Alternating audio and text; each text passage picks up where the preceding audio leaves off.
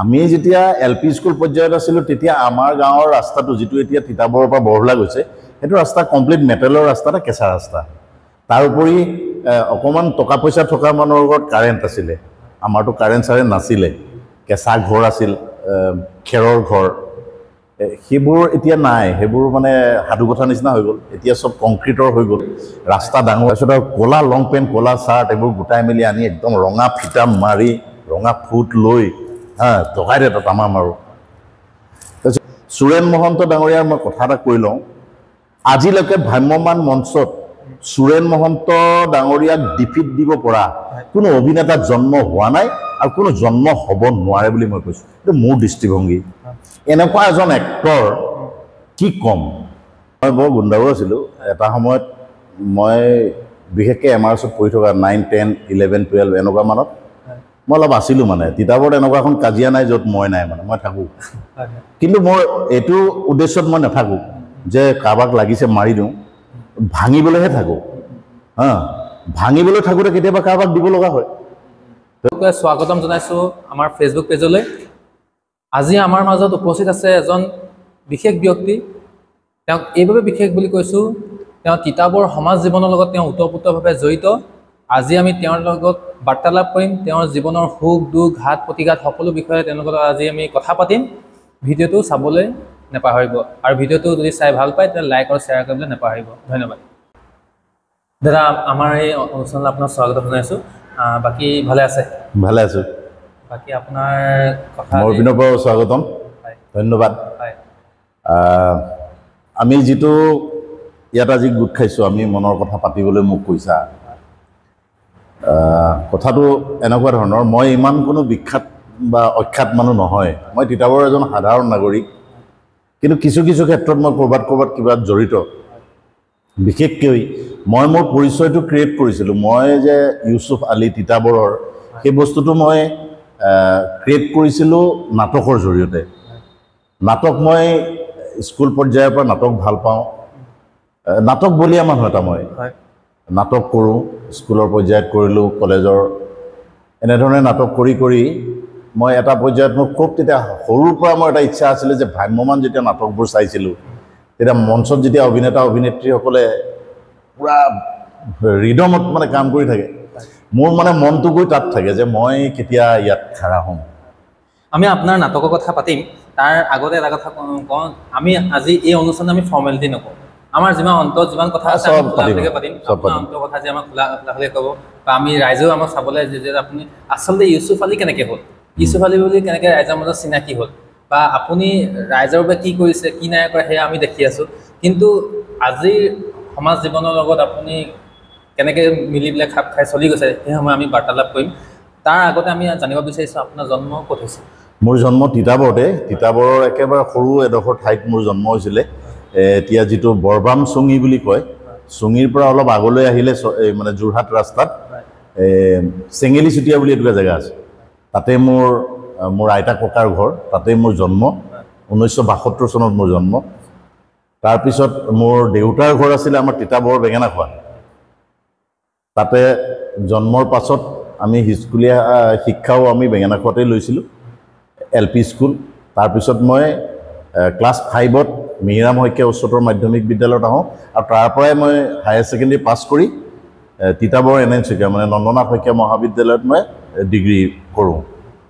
আৰু এই সময়ছোৱাত যেতিয়া হায়াৰ ছেকেণ্ডেৰীৰ আগৰ পৰা নাটকৰ লগত আছিলোঁ ডিগ্ৰীত অকণমান জাতীয় সংগঠনবিলাক তেতিয়া সেই সময়ত আছুৰ এটা খুব সদৌখন ছাত্ৰ সন্থাৰ এটা খুব জোৰদাৰ হেৰি এটা আছিল তাৰ লগত মই জড়িত হ'লোঁ তিতাবৰ আঞ্চলিকৰ মই বিষয়বাবো পালোঁ ৰাইজৰ হৈ কাম কৰাৰ মন থকাৰ কাৰণে হয়তো পালোঁ কিছুমান কাম কৰিলোঁ কিছুমান মনত আছে কিছুমান মনত নাই যি কি নহওক আছুৰ মঞ্চত যেতিয়া আছিলোঁ মানে কি হয় সাধাৰণ এজন ল'ৰাই যেতিয়া ধৰি লওক সভা এখনত কিবা কথা ক'ব ৰাইজৰ মাজত কথা এটা ক'ব অকণমান খেলি মেলি থাকে মানে কি ক'ম কি নক'ম ভয় খায় সেই বস্তুটো মানে একচুৱেলি কি হ'ল বাল্যকালৰ পৰা অলপ নাটকৰ লগত জড়িত আছিলোঁ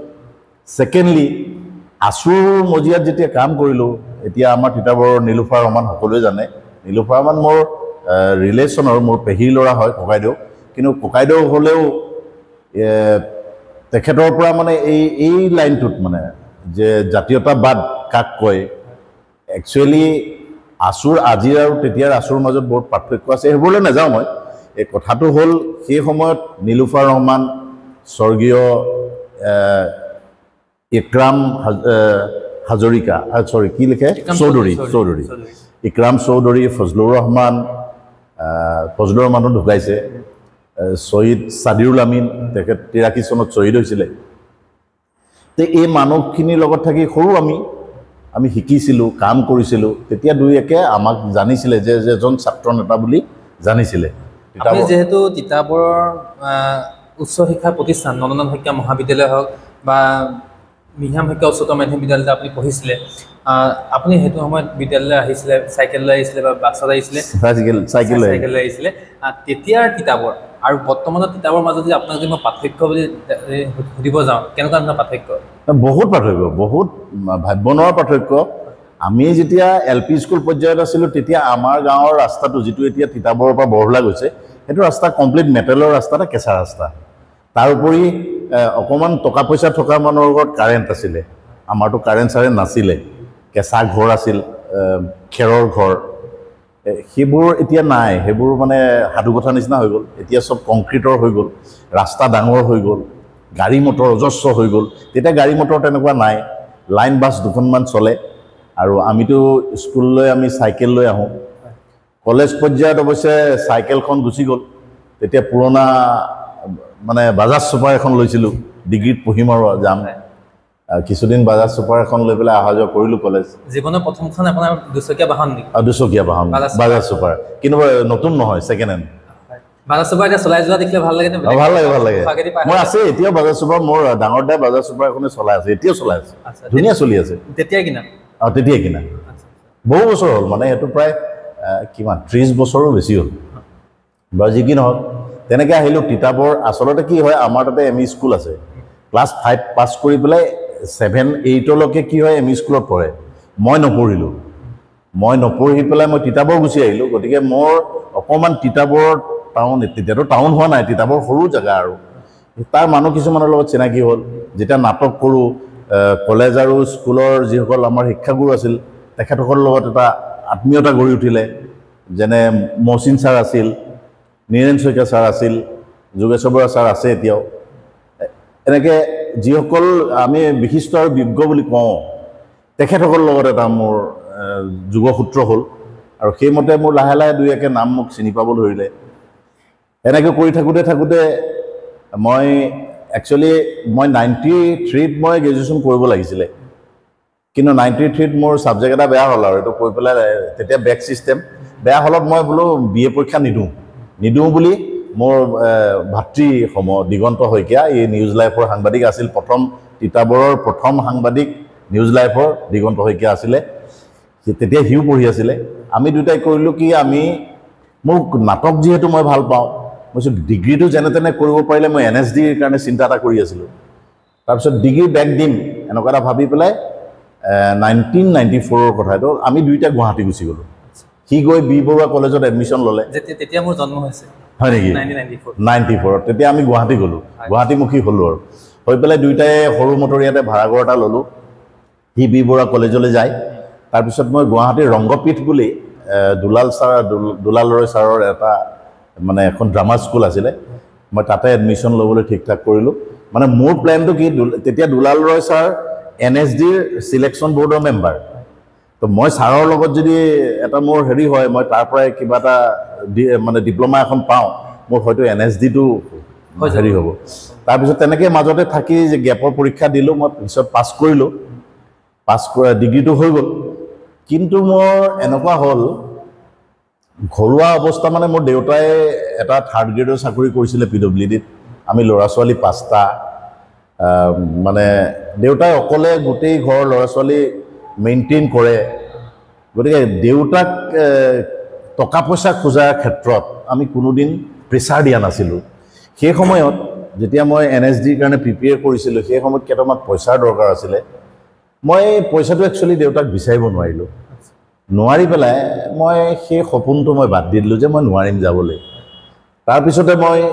সেই সময়তে ঠিক গ্ৰেজুৱেশ্যন কৰি পেলাই 95ত গ্ৰেজুৱেশ্যন কৰিয়ে মই চিন্তা কৰিলোঁ যে এতিয়া চাকৰি কিবা এটা কৰিব লাগে চাকৰিৰ অৱশ্যে লাইন লাগিছিলে গুৱাহাটীত দুটা চাকৰি প্ৰথম মই ফৰেষ্ট প্ৰটেকশ্যন ফ'ৰ্চৰ ছাব ইনস্পেক্টৰৰ কাৰণে ইণ্টাৰভিউ দিছিলোঁ ইণ্টাৰভিউটো ভাল হৈছিলে তাৰপৰা ভাইভা হ'ব চাকৰি হৈ যাব কিন্তু সেই সময়তে মানে আৰু এতিয়া মই খোলাকৈ ক'ব পাৰোঁ একো জেল ফাঁচি নহয় মোৰ তেতিয়া অলপ পইচা বিচাৰিলে আছে আছে কাৰাপশ্যনটো অসমৰ মানে বিষয়া কৰ্মচাৰী ডাঙৰ ডাঙৰ আছে মানে এতিয়াও চলি আছে এইবোৰ নমৰে আজি CMO বিৰাট ষ্ট্ৰিক্ট হৈছে আমি দেখি আছোঁ কিন্তু কৰাপশ্যন চলি আছে তেতিয়া দিনৰ পৰা যদি টেবুলত যদি পইচা নপৰে কাম নহয় মানে কিন্তু এতিয়া অলপ ভাল হৈছে দেই সেইটো স্বীকাৰ কৰিব লাগিব এতিয়া কোনোবাই ভালকৈ পৰীক্ষা দিছে পাছ কৰিছে মেৰিট ওলাইছে চাকৰি পাইছে ৰিচেণ্টলি মোৰ ভতিজাটোৱে পাইছে পৰীক্ষা ভাল হৈছে লগে লগে চাকৰি পাইছে এনেকুৱা আমাৰ তিতাবৰতো বহুত ল'ৰা ছোৱালীয়ে পালে এতিয়া কিন্তু কৰাপশ্যনটো হিমন্ত বিশ্ব শৰ্মা CM হোৱাৰ পাছত কিন্তু কৰাপশ্যনটো কমিল এতিয়া মই যদি আপোনাক সুধোঁ আপোনাৰ যোন নাটক আপুনি ভাল পায় নাটক আপোনাৰ ব্লাডত আছে নাটক আপোনাৰ প্ৰতি মুহূৰ্ততে আপুনি নাটকৰ কথা চিন্তা কৰে যদি মই আপোনাক নাটকৰ আপোনাৰ আৰম্ভণি একদম প্ৰথম খোজ আপুনি ক'ত আৰম্ভ কৰিছিলে এইটো মই MRSত পঢ়ি থাকোঁতে মীৰা শইকীয়াত পঢ়ি থাকোঁতে তেতিয়া আমি ক্লাছ 8ত আছিলোঁ ক্লাছ 8 নে 7 মই পাহৰিছোঁ দেই মোৰে বন্ধু এটা সি একদম সাধাৰণ মানুহ এতিয়া তিতাবৰ বিবিজনৰ ঘৰ মদন বৰা আমাৰ তেতিয়া তিতাবৰ শাখা সাহিত্য সভাই তিতাবৰ MRSৰ অডিটৰিয়াম বহুত ধুনীয়া আছিলে তেতিয়া তাতে নাটক কম্পিটিশ্যন এটা পাতে স্থানীয় গোটেই স্কুল কলেজৰ পৰা এটা এটা টিম দিয়ে তো আমাৰ পৰা কি আমাতকৈ ডাঙৰ যি পল্লৱ গগৈ জানানে পল্লৱ গগৈ প্ৰণৱজ্যোতি খাউণ্ড ইয়াতে পঢ়িছিলে তেওঁলোকে নাটক কৰিব তাৰপিছত আমিতো আৰু সৰু আমাকতো কম্পিটিশ্যনটো কৰিব নিদিয়াৰ কাৰণে তেতিয়া ভোলা শৰ্মা ছাৰ আছিলে সভাপতি নেকি আমি ৰিকুৱেষ্ট কৰিলোঁ আৰু যে আমাক কম্পিটিশ্যন কৰিব নিদিলেও আমাক এখন প্ৰদৰ্শনীমূলক নাটক কৰিবলৈ দিয়ক ঠিক আছে অলপ ছুটি নাটক নহয় তাৰমানে এখন শিক্ষা প্ৰতিষ্ঠানৰ পৰা এখন নাটকহে এটা টিমেই পাৰিব গম পাইছেনে অলৰেডি ডাঙৰখিনি আছে তেওঁলোকে কৰিছে তো সেইকাৰণে আমি চান্সটো পোৱা নাই তাৰপিছত কথাটো মই মদন বৰাৰ লগত আলোচনা কৰিলোঁ সিও আৰু ঢুলীয়া কুলীয়া সি বহুত এক্টিভ ল'ৰাটো তাৰপিছত তাক ক'লোঁ সি ক'লে মই নাটকখন লিখি থোৱা আছে বোলে সি লিখা বুলি কৈছে আৰু তাৰপিছতে নাটক এখন সি আনিলে নাটকখন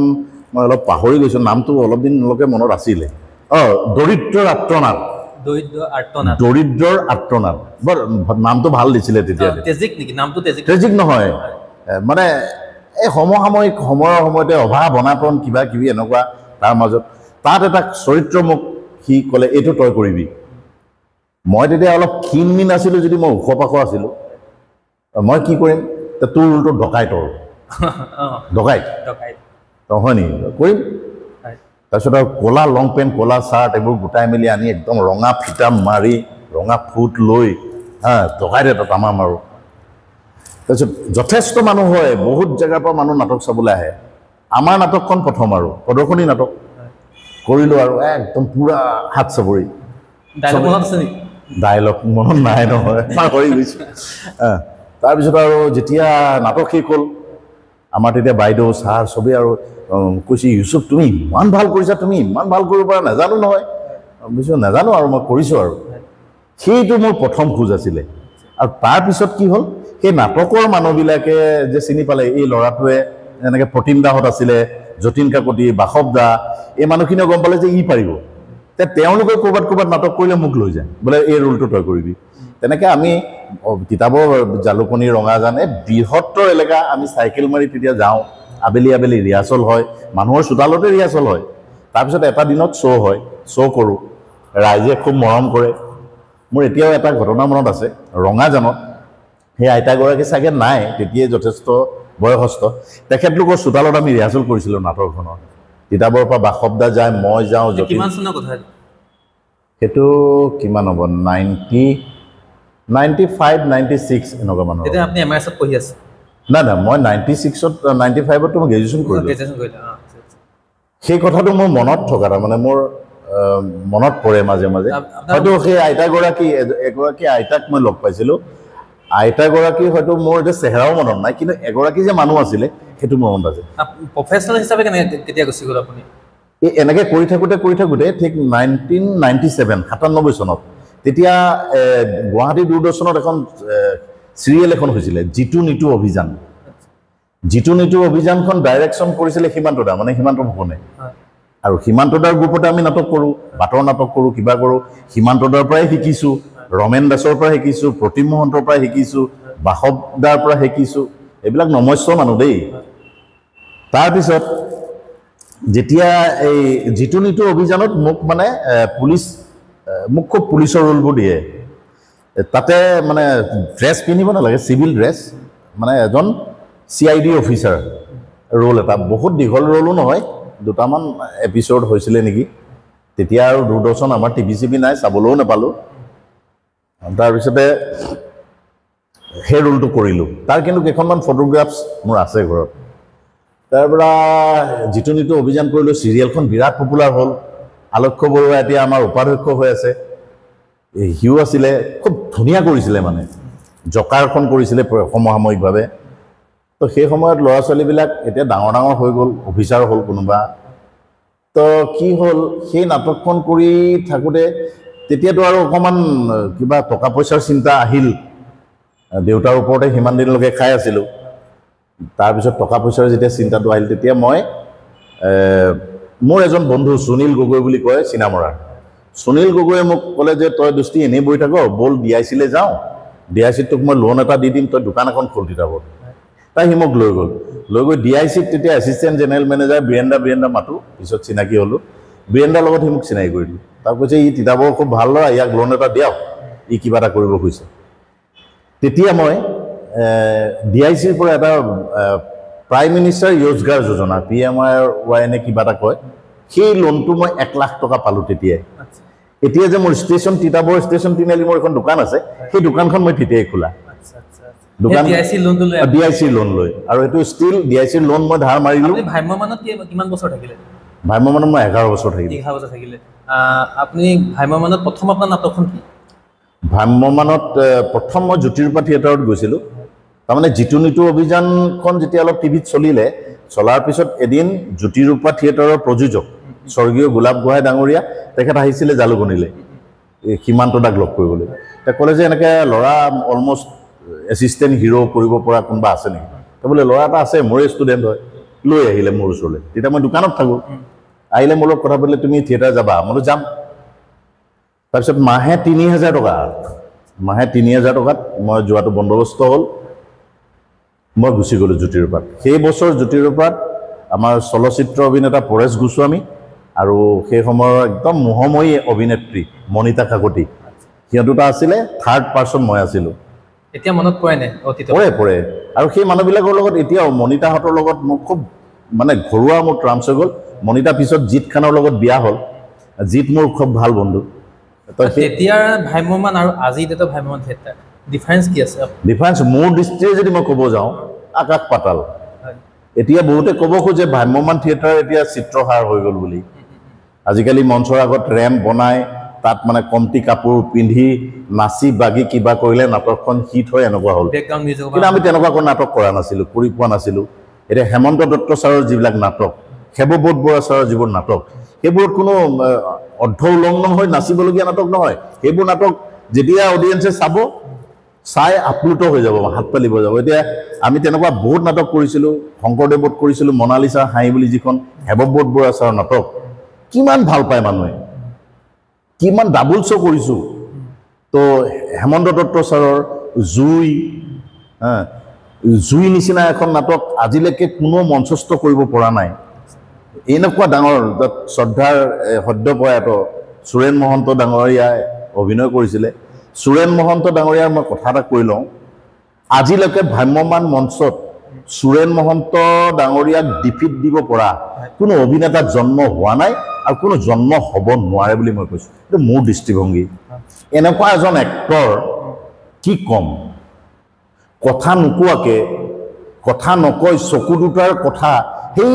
কিমান ফুট দূৰত বহি থকা গেলেৰীৰ অডিয়েঞ্চে দেখা পায়। এইবোৰ সৰু কথা নহয় মানে। তো তেনেকুৱা মানুহবিলাক পালোঁ, জীৱনক ধন্য মানিলোঁ। কিন্তু এতিয়াৰ যিটো ভ্ৰাম্যমান হৈ গ'ল, এতিয়া আহিলে আপোনাৰ অভিনেতাৰ পৰা সাংবাদিক, বৰ্তমানটো সাংবাদিক। অভিনেতা বা সাংবাদিক হোৱাৰ যোনটো যাত্ৰা এই যাত্ৰাটো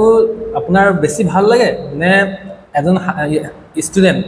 এজন ছাত্ৰ অৱস্থাৰ পৰা এজন অভিনেতা হোৱা যাত্ৰাটো কোনটো যাত্ৰা আপুনি বেছি প্ৰিফাৰ কৰে নহয় মানে সেইটো মই তুলনা একচুৱেলি কৰি দিবলৈ অলপ অসুবিধা যিহেতু মই যেতিয়া ছাত্ৰ অৱস্থাৰ পৰা গৈ অভিনেতা হ'লোঁ সেইটো এটা ৰঙীন যাত্ৰা মানে তাত কোনো মোৰ টেনশ্যন নাই মোৰ ঘৰুৱা টেনশ্যন নাই তেতিয়া মই বিয়া পতা নাই ডেকা ল'ৰা মোৰ দেউতাৰ চাকৰি আছে গতিকে দেউতাই ঘৰ চলাই থাকে সেইটো এটা ৰঙীন সময় মানে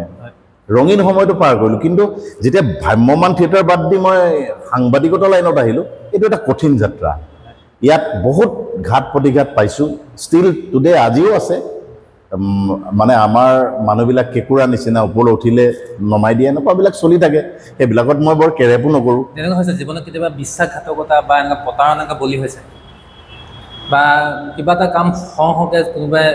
ইয়াক দিব নালাগে বেলেগ এটা হৈছে সেইবিলাক বহুত হৈছে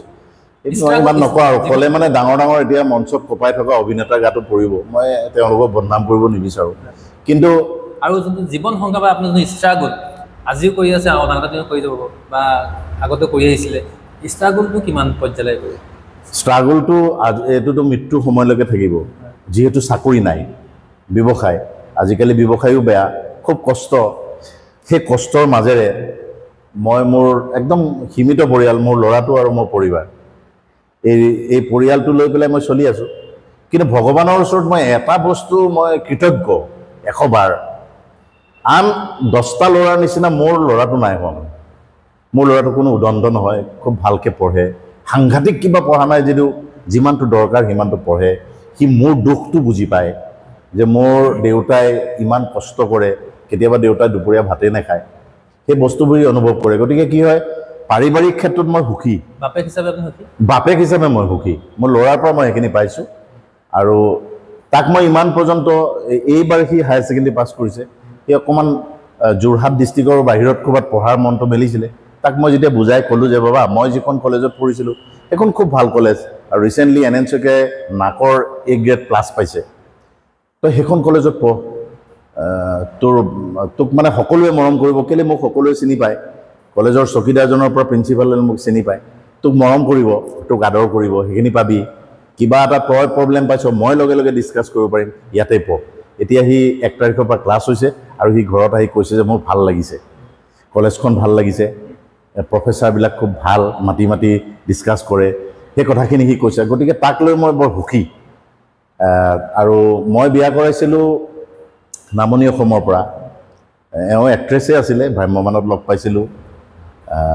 তাৰপিছত বিয়া হোৱাৰ পিছত এওঁ কমপ্লিট নাটকৰ ছাইডটো এওঁ বাদেই দিলে আৰু এওঁ মানে ঘৰখন ধৰি ল'লে কাৰণ মই ফ্লাইং হৈ গ'লোঁ এওঁ ঘৰখন নধৰিলে ঘৰ নহ'ব এওঁ বাদ দি দিলে তো এওঁ অকল ল'ৰা ঘৰ দুৱাৰ ইত্যাদি চব এওঁ মেনেজ কৰে মই ইনকামটো কৰি দিলেই হয় আচ্ছা তাৰপিছত এটা কথা থাকি গ'ল মই যেতিয়া আপোনাক প্ৰথম লগ পাইছিলোঁ বোলে তিতাবৰৰ মই যেতিয়া প্ৰথম সাংবাদিকতাত সোমাইছোঁ কৈছে তিতাবৰ ষ্টেচন তিনিআলিত এজন সাংবাদিক আছে নামটো ইউচুফ আলী তেওঁ জনসাধাৰণ পেপাৰত লিখে তেওঁ ৰিপৰ্টাৰ হয় তই তেওঁৰ ওচৰত যাবি অকণমান তেওঁক আকাৰ ৰচয়িকা দীঘলীয়া তোক বুজাই দিব মই প্ৰথম এদিন আপোনাৰ ওচৰলৈ আহিছোঁ মই আজিলৈকে কথাটো কোৱা নাই আপোনাৰ ওচৰলৈ আহিলোঁ মোৰ মনত নাই কিন্তু আপোনাৰ ওচৰলৈ এদিন আহিলোঁ মই আপোনাৰ দোকানখনৰ বাহিৰতে বহিছোঁ মই দাদা ভালে আছে বোলে ভাল আপুনি ফোনত কাৰোবাক দম দি আছে আৰু মানে আপুনি যেনেকুৱাকৈ দম দিলে মোৰ ভয় লাগি গ'ল আচ্ছা তাৰপিছত মই বোলো মানুহজনে বহুত খঙত আছে মই এতিয়া লগ চং নকৰোঁ বা কথা নাপাতোঁ মই যামগৈ সেনেকৈ মই গুচি আহিলোঁ তাৰপিছত আকৌ এদিন তিতাবৰত প্ৰতিবাদ এটা হৈছিলে ৰেলী এটা হৈছিলে ইয়াৰ পৰা কোৰ্টলৈকে আপুনি সেইটো সময়ত আহি আছে তেতিয়া সেইটো সময়ত লগত বাইকত আৰু এজন ৰিপৰ্টাৰ আছিলে মই নামটো মই তেওঁ নকওঁ এতিয়া সেইটো সময়তে দেখিলোঁ আপোনাৰ মানে মানুহটো চাই যেতিয়া আপোনাৰ এটা মুচন্তা থাকে আপোনাৰ বহুত খঙাল বুলি ভাবিছিলোঁ মই আচল কথা হৈছে মই খঙাল স্কুলৰ লগত কথা পাতিলে বহুত সাহস লাগিব কিবা এটা কথা কৈ পাম পটককৈ মাৰি দিব এনেকুৱা মানে ভয় এটা আছে তেতিয়া আমি সৰু ল'ৰাটো তাৰপিছত যেতিয়া লগ পালোঁ দিন বাগৰি গ'ল তাত গম পালোঁ আপুনি মানুহ দেখিবলৈহে খঙাল কিন্তু অন্তৰখন আপোনাৰ বহুত কমল আৰু সেইকাৰণে সুধিছোঁ যে আপুনি জীৱনত সঁচাকৈ খং কৰি পাইছে নেকি বা এনেকৈ খঙতে নাই মাৰিছোঁ মই বৰ গুণ্ডাও আছিলোঁ এটা সময়ত মই বিশেষকৈ MRSত পঢ়ি থকা 9, 10, 11, 12 এনেকুৱা মানত মই অলপ আছিলোঁ মানে তিতাবৰত এনেকুৱা এখন কাজিয়া নাই য'ত মই নাই মানে মই থাকোঁ কিন্তু মই এইটো উদ্দেশ্যত মই নাথাকোঁ যে কাৰোবাক লাগিছে মাৰি দিওঁ ভাঙিবলৈহে থাকোঁ ভাঙিবলৈ থাকোঁতে কেতিয়াবা কাৰোবাক দিব লগা হয় ধৰি লওক মই এটা ল'ৰাক আঁতৰাই দিছোঁ যে নকৰিবিচোন কাজিয়া আকৌ শিষ্য আমাৰ তাকতো চৰটা মই মাৰিব লাগিব তাক চৰটো মাৰি কণ্ট্ৰল কৰিলেহে কাজিয়াখন ভাঙিব সেই তেনেকুৱা কাজিয়া মই বহুত ডাঙৰ ডাঙৰ কাজিয়া ভাঙিছোঁ শেহতীয়াকৈ যিখন আমাৰ এতিয়া ক'ব নালাগে আৰু তেখেত ঢুকালে আত্মা শান্তি দিয়ক ভগৱানে ঘন হাজৰিকা আৰু আমাৰ নীলোফাৰ ৰহমানৰ মাজত এখন কাজিয়া হৈছিলে যিখন কাজিয়া গৈ লাষ্টত কোৰ্টত পাইছিলে আৰু ময়ে আছিলোঁ মেইন সাক্ষী আৰু দুইজনক কোৰ্টত নি মিলাই দিয়া মানুহজন ময়ে মেজিষ্ট্ৰেটে যেতিয়া মোক সুধিছিল যে কওকচোন আপুনি কাজিয়াখন বোলো একো নাই দুইজন ককাই ভাই সৰু কথা এটাত ছাৰ লাগিলে গতিকে দুইজনকে ৰেহাই দিব লাগে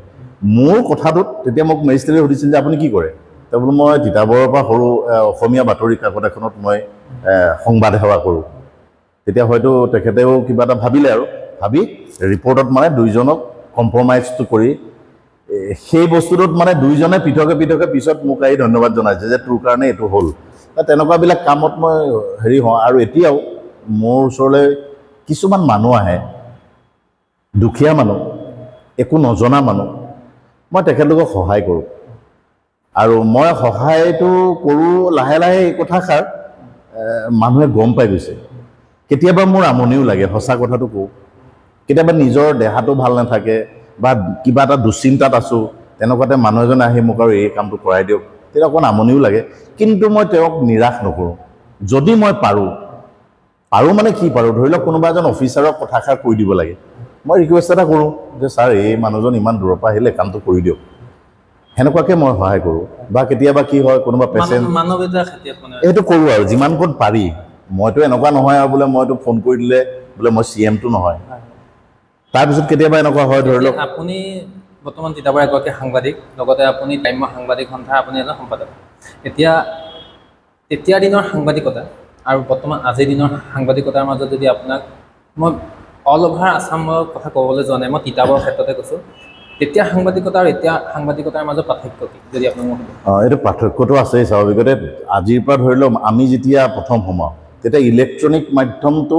প্ৰায় নাই মানে কেইটামান নিউজ চেনেল অসমত আছিলে দুই এটা হৈছে আৰু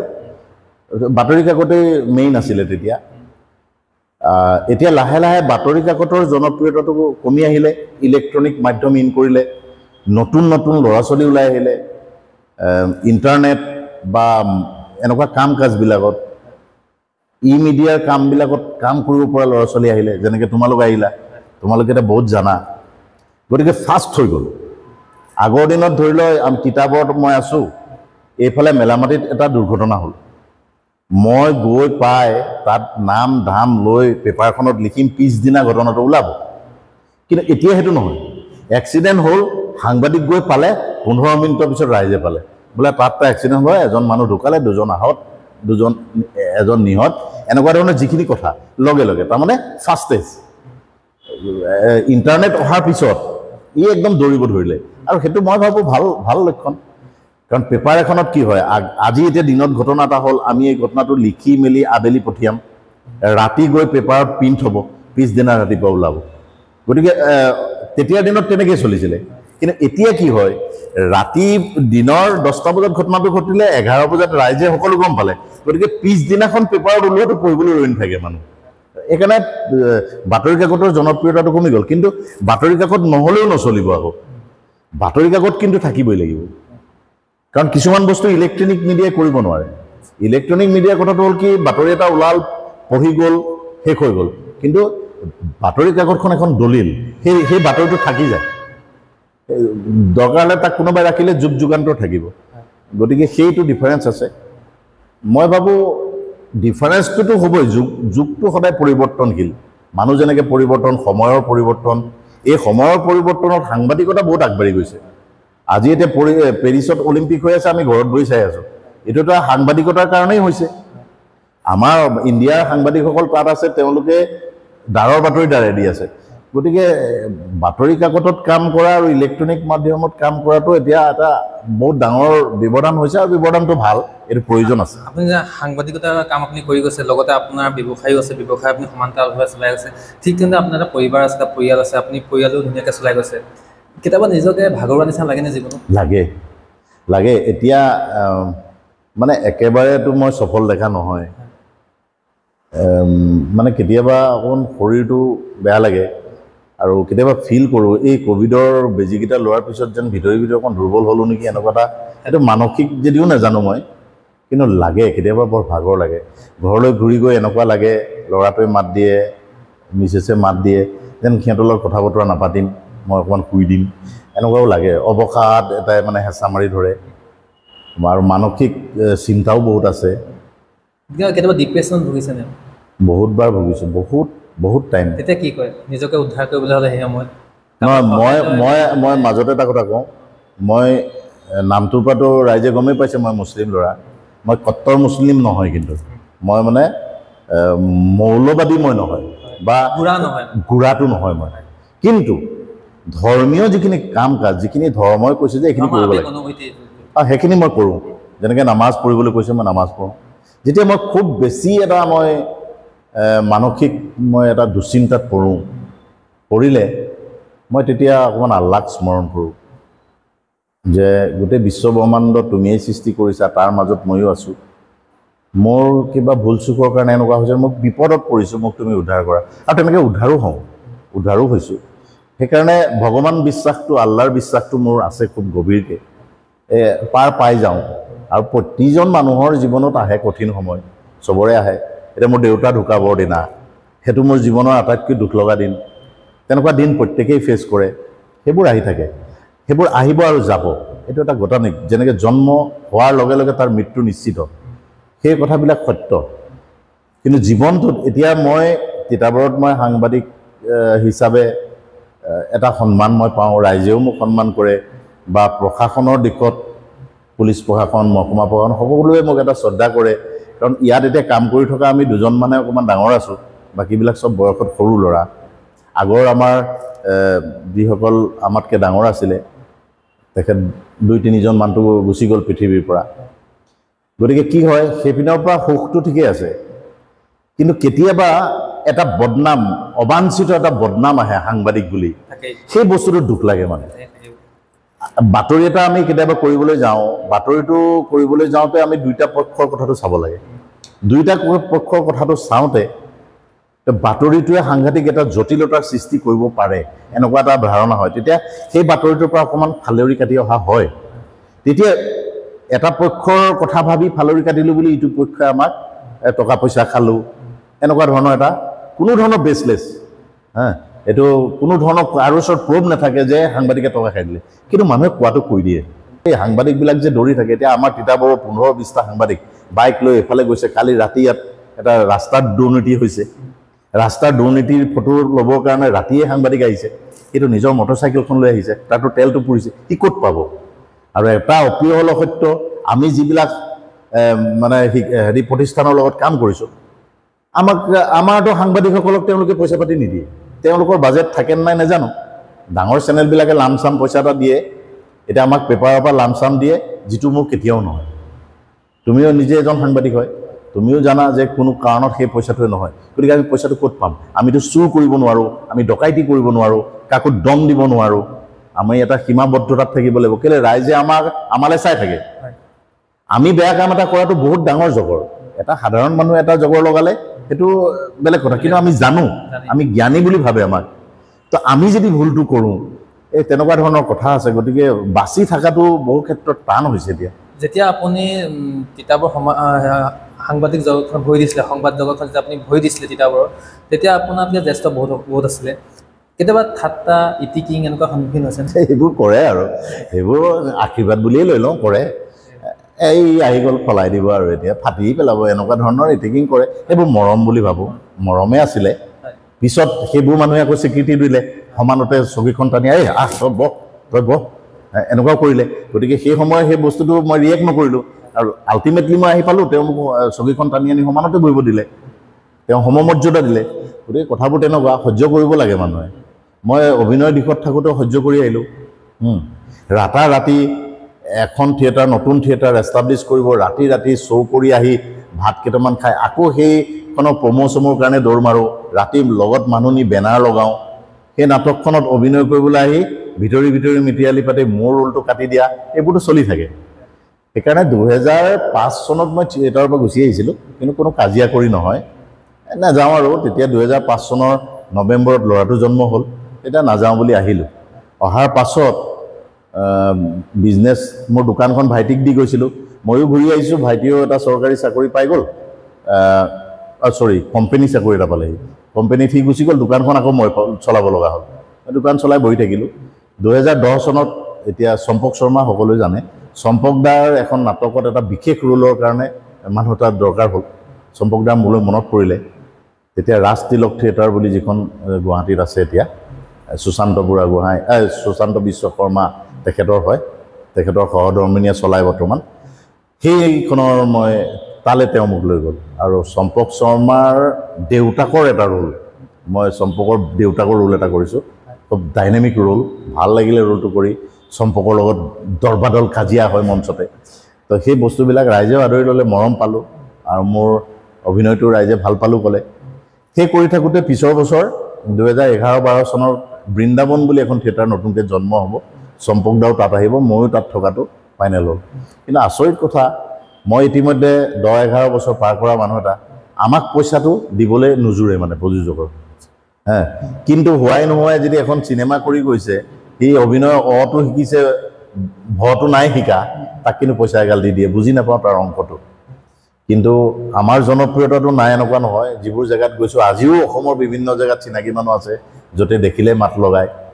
গতিকে তেনেকুৱা এটা কিছুমান বিড়ম্বনাত পৰিলোঁ।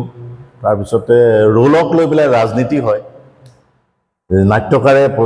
পৰিচালকে যেতিয়া নাটক এখন লৈ আহে, আহি মঞ্চ মানে গ্ৰাউণ্ডত ৰিহাৰ্চেল কৰায়তো, ৰিহাৰ্চেল কৰাওঁতে প্ৰথমতে চাই আৰু কোনে কিটো কৰিব, পিছত এটা ৰাজনীতি চলে। এইটো মই অপেন কৈছোঁ, মই কাকো ভয় কৰা নাই, ভয় কৰাৰ যুক্তিও নাই, মুগুৰিত তেনেকুৱা বহুত তথ্য আছে। ভিতৰি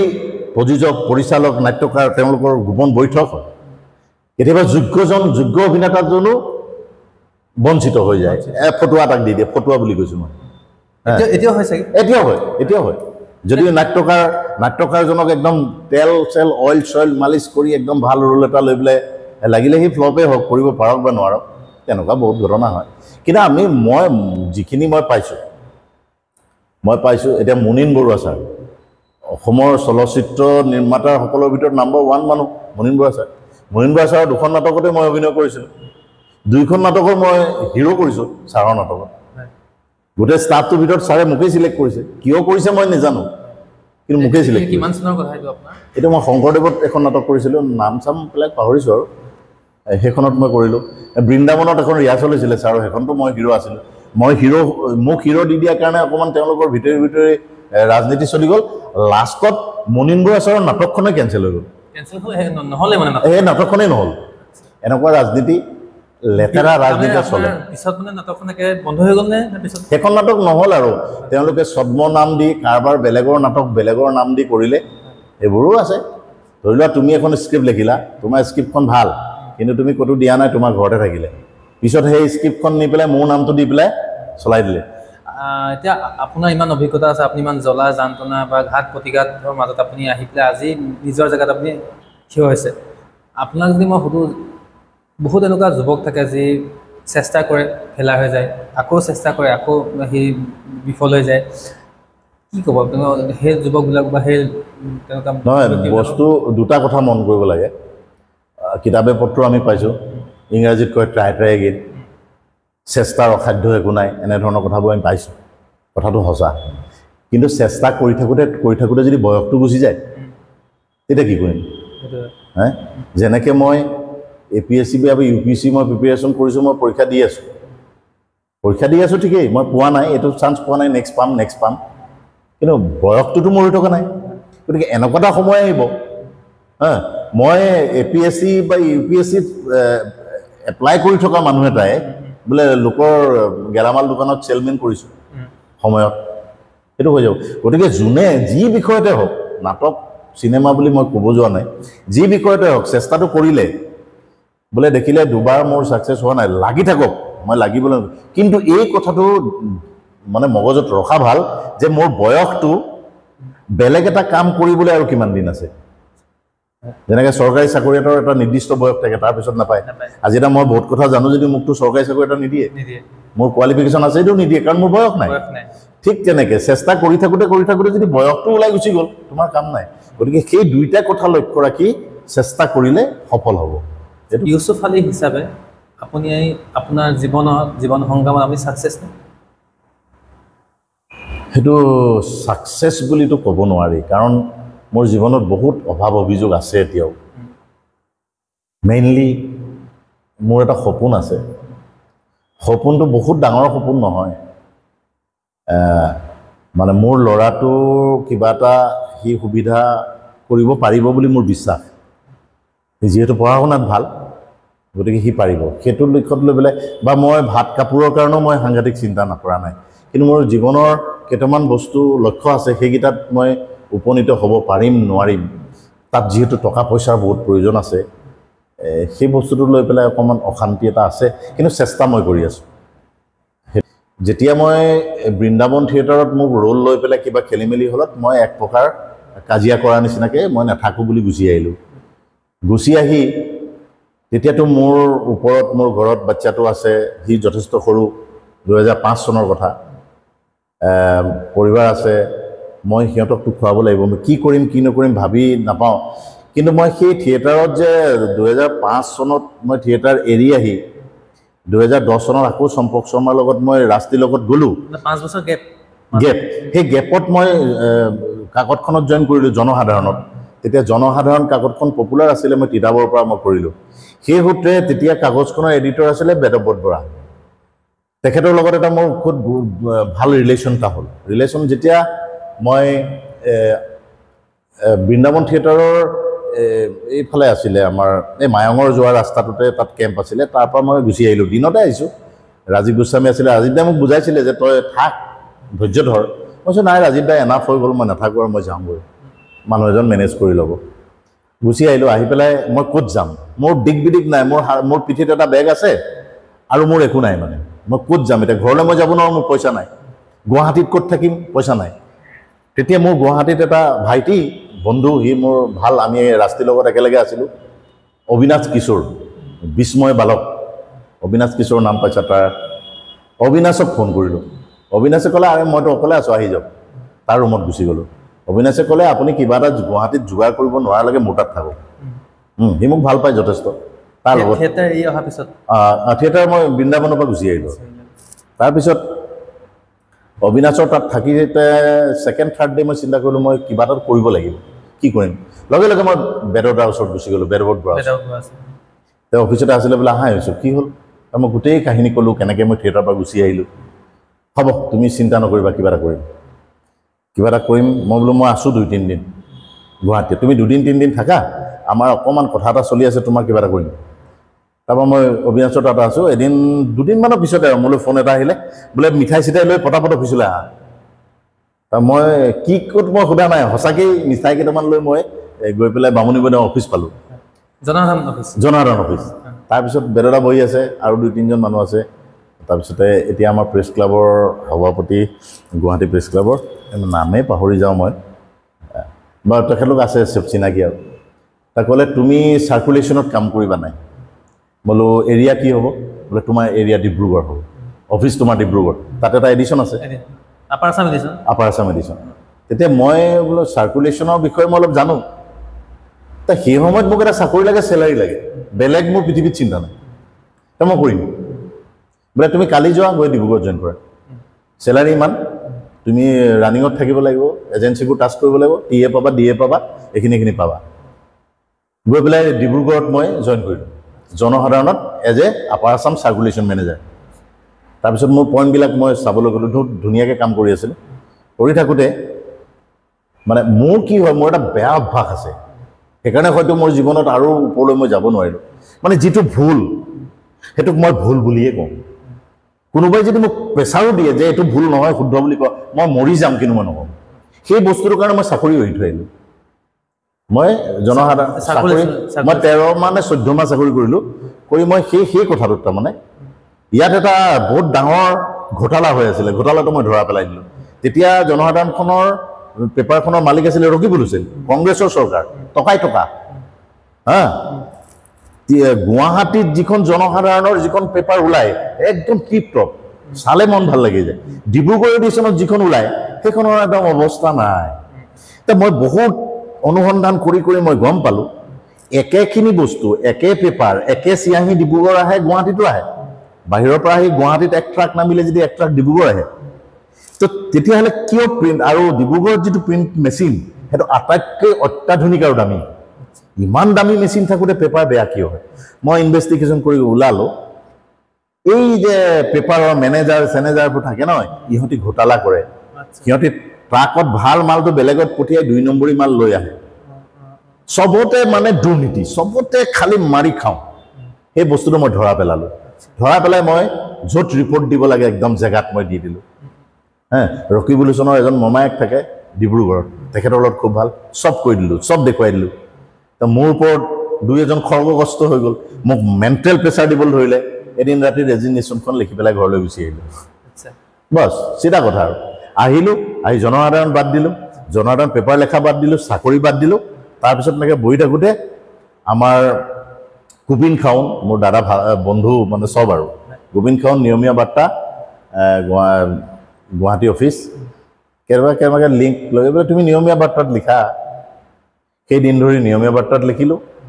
নিয়মীয়া বাৰ্তাত লিখি থাকোঁতে এইকেইটা কথা কৈ দিওঁ আৰু ৰাইজক মই খুব নিষ্ঠা আৰু সততাৰে নিয়মীয়া বাৰ্তাত কাম কৰিছিলোঁ আৰু নিয়মীয়া বাৰ্তাই মোক এটা সমাজত জাগাও স্থান এটাও মোক দিছিলে তাৰপিছত হ'ল কি এদিন আমাৰ সাংবাদিকসকলৰ এখন আমি একচুৱেলি বিজেপিৰ তেওঁলোকৰ হেৰি সভা আছিলে তেওঁলোকৰ নিজা আমাক মাতি দিছিলে ডিষ্ট্ৰিক্টৰ পৰা ডিষ্ট্ৰিক্ট প্ৰেচিডেণ্টে নাজানি পেলাই আমাক মাতি দিলে সাংবাদিকবিলাক গুচি গ'ল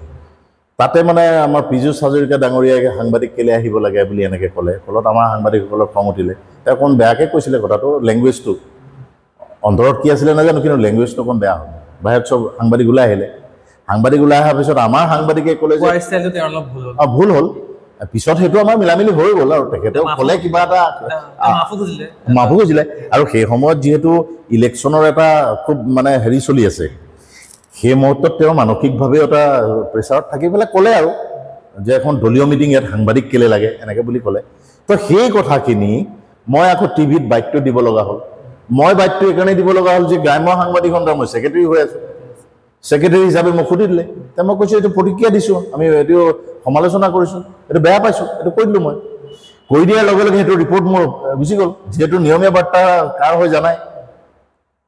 মইতো এইটো কি বেয়া কাম কৰিলোঁ মইতো পেপাৰখনৰ বিদ্যাচৰণ মই কৰা নাই পেপাৰ গোষ্ঠীটোৰ কৰা নাই এইটো কিবা এটা হ'ল সেইটো গ'ল তাৰপিছত তিতাবৰ নিজকে মানে সমাজকৰ্মী বুলি দাংকুট মাৰি থকা ক'ৰবাত পইচা দি এৱাৰ্ড লোৱাও এগৰাকী আছিলে সেইগৰাকীক মই মানে ফেচবুকত কিবা এটা লিখিলোঁ মোৰ লেখাটো মানে মই নিউট্ৰেল লিখিছিলোঁ মই লিখিছিলোঁ যে এইবাৰ যোৰহাটত বিবেক ভোট হ'ব মই তপন গগৈ গৌৰৱ গগৈ কাৰো পক্ষত নাই মই কৈছিলোঁ বিবেক ভোট বিবেক যাৰ আছে সি কাক দিয়ে দিব তাৰমানে এনেকুৱা সূত্ৰত সেই বস্তুটোক তাহাঁতি মেৰপাক এটা জনাই মোৰ অফিচত জনোৱাৰ পিছত মোক অফিচৰ পৰা নিয়মীয়া বাৰ্তাই ছাছপেণ্ড কৰিলে আজি মই নিলম্বিত সাংবাদিক কিন্তু এটা কথা আছে জীৱনত যেতিয়া সকলোবোৰ দৰ্জা বন্ধ হৈ যায় এখন দৰ্জা খোলা থাকে এই কথাটো সদায় মনত ৰাখি চলিবা আৰু সেই কথাটোক মই এখন কিতাপত পঢ়িছিলোঁ আৰু সেই দিন ধৰি মই এই কথাটো সদায় মনত ৰাখোঁ ঠিক আছে সেই কথাটো এতিয়া মই এখন পেপাৰত মই কাম কৰোঁ আপুনি পৰ্টেল এটাতো কৰি আছে পৰ্টেল এটাতো আছোঁ পৰ্টেল এটাত মানে সেই পৰ্টেলটো এনেকুৱা আজি প্ৰায় 3 লাখৰ ওচৰে আমাৰ ছাবস্ক্ৰাইবাৰ আছে টিপটপ পৰ্টেল আৰু তাত মোৰ এটা সন্মান আছে তাত মই ষ্টুডিঅ'ত গ'লেও মোক বহুত ৰেচপেক্ট দিয়ে মই এজ এ ছিনিয়ৰ সাংবাদিক হিচাপে তো সেইখিনিতো মোৰ আছেই এইখনটো মই কৰোঁ এখন ভাল পেপাৰ নামনি অসমততো সৰ্বাধিক চেল আছে এইখন প্ৰতিদিনৰ পিছতে আছে তো মই এনেকুৱা নহয় নিয়মীয়া বাৰ্তাই কৰি দিলে বোলে মই নাইকিয়া হৈ যাম ইয়াত ৰাজনীতি চলে এইবিলাকতো ৰাজনীতি মই কেৰেপ নকৰোঁ মোৰ চিধা কথাটো হ'ল যে মই কোনোদিন অন্যায় নকৰোঁ মৃত্যু পৰ্যন্ত কাৰো মই অন্যায় নকৰোঁ আৰু মোক অন্যায় কৰাবিলাককো মই ৰেহাই নিদিওঁ এইটো মোৰ স্পষ্ট কথা বাকী বহুত বহুত ধন্যবাদ আপুনি বহুত আপোনাৰ কথাখিনি ক'লে অন্তৰৰ কথাখিনি ক'লে আমাক বাকী আপুনি আমাক বহুত সময় দিলে মূল্যৱান সময় তাৰ বাবে অশেষ ধন্যবাদ ঠিক আছে এয়া আছিল বন্ধুসকল আজিৰ আমাৰ আলহী আমাৰ অতিথি কিতাপৰ সংবাদ জগতখনৰ এখন চিনাকি মুখ আমাৰ সকলোৱে মৰমৰ ইছুক দা বাকী যদি ভিডিঅ'টো চাই ভাল পালে তেতিয়া লাইক শ্বেয়াৰ কৰিবলৈ নাপাহৰিব ধন্যবাদ